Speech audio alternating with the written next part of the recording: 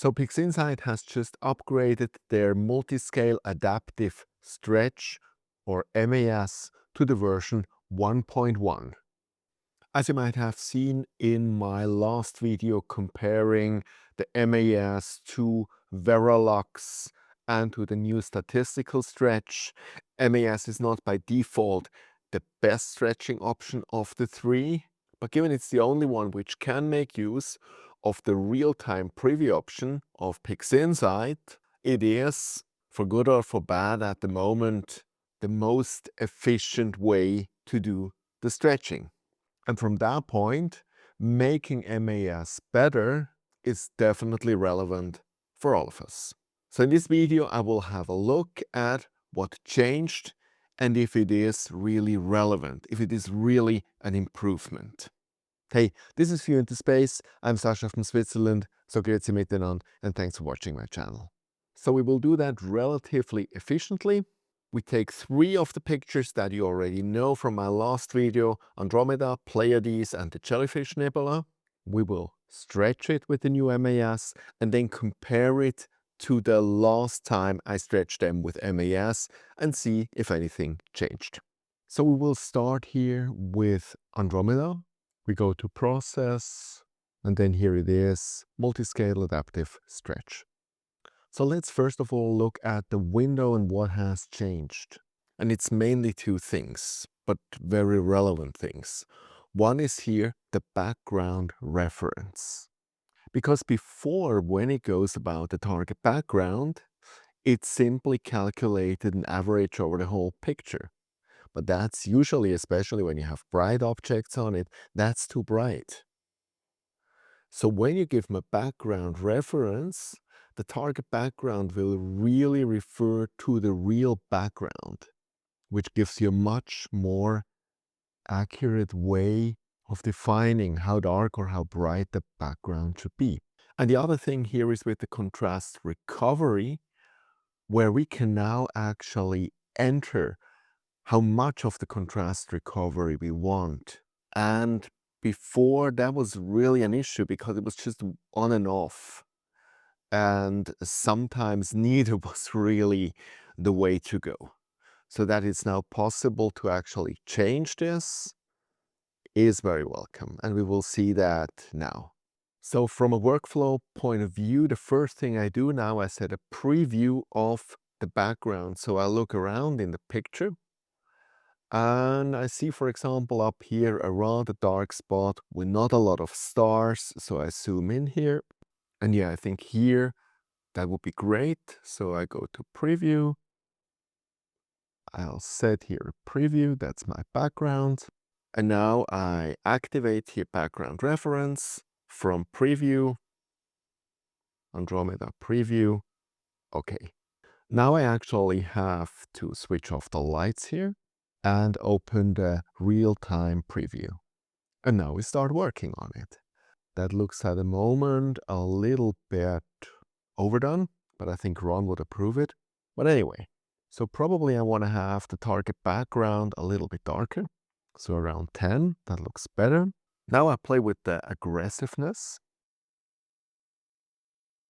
And the game here, especially with Andromeda, is that the core in the middle is still visible. So now with the contrast recovery at full scale, and that's at the moment where it is, if I switch this off, you see the big difference. Before I had either that or that.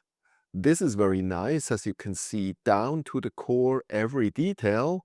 This is very nice, it's very colorful, but you see the issue, both was not really great. So now I can actually check around in the middle. So that's still very nice, everything visible, but it's still much better. And I think I can even go a little bit more.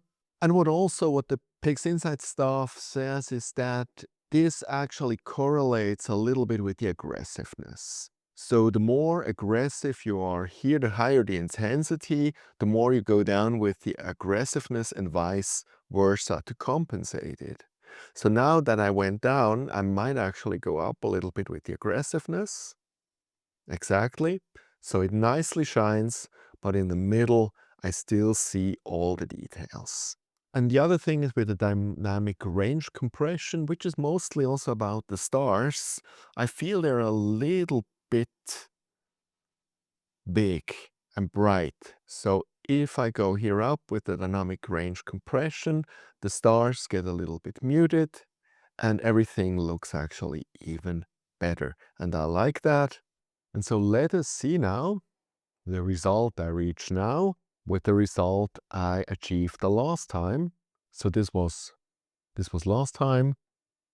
This is now. You might say that this is now too bright, but the point is here, yes, it's very nicely structured here, but the reason that it is how it is because I had to choose there. The contrast recovery on and off. On was way too strong, so I put it off, and so I came to that result. This was the best I could do. Now I have the chance to actually add this contrast recovery, which now lets me the outer dust of this galaxy to capture them much better than here, where it's almost not visible. And so that's really the advantage of the contrast recovery. So let's do now exactly the same with the Pleiades. Also here I do a preview, then I'll open the MultiscaleAdaptiveStretch, add the right preview. And with this picture, you might see this looks really, really strange here. Posterize it. Even I actually have here 24-bit STF LUTs activated. Still, I get a very strange preview.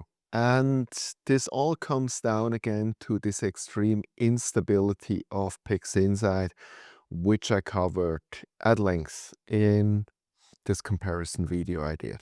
I constantly have here these red error reports.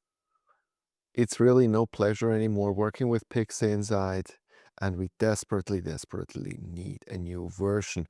By the way, what I've heard, this might be a rumor, but anyway, that they're working on a 2.0 version, which hopefully will be on a more modern architecture. But anyway, already having a stable system which doesn't crash, having previews which work as they should and not by some picture suddenly start with stuff like that would be so appreciated. Anyway, this is just preview. This will look right afterwards, you will see. So we are already here on the target background of 10. That's what I still have from last time. If we go up to 15, which would be the default, that might actually be better here. The background is still nicely dark. We can look again with the contrast recovery with 100%, which is extremely bright, with 0%, which is actually nicer here, but still we can go stepwise so that the nebulosity really shines. And again, this is much better than before, where this would have been the default. Now I can actually add a little bit of the contrast recovery without that. Everything is just hidden. Otherwise, I think it's good. And you see now that actually everything that was posterized is now nicely visible nebulosity. So this was last time. This is now. Wow. So much more nebulosity visible. So that really helped the new features. And the stretching looks way better. And here with the jellyfish, just to illustrate, this was the old one, and this is the new one. I think it's now not so spectacular, it's a little bit darker. So again, I think that I could set a background really helped. The star looks much better, it's not so blown out. Also, if you look down here, I can actually zoom in to show you that closer. That was before. That is now. It's much better, much more detail than here, but these bright edges were almost blown out. So all in all, I think these two additions, they're really helpful. They make MAS a stronger option, where before it really was limited, and the real-time preview, when it works, is really helpful to get exactly the right stretching without losing a lot of time and a million of iterations. But again, PixInsight stuff, we are waiting. We are waiting for your big upgrade, and it is really, really, really needed. I hope this was helpful. See you next time.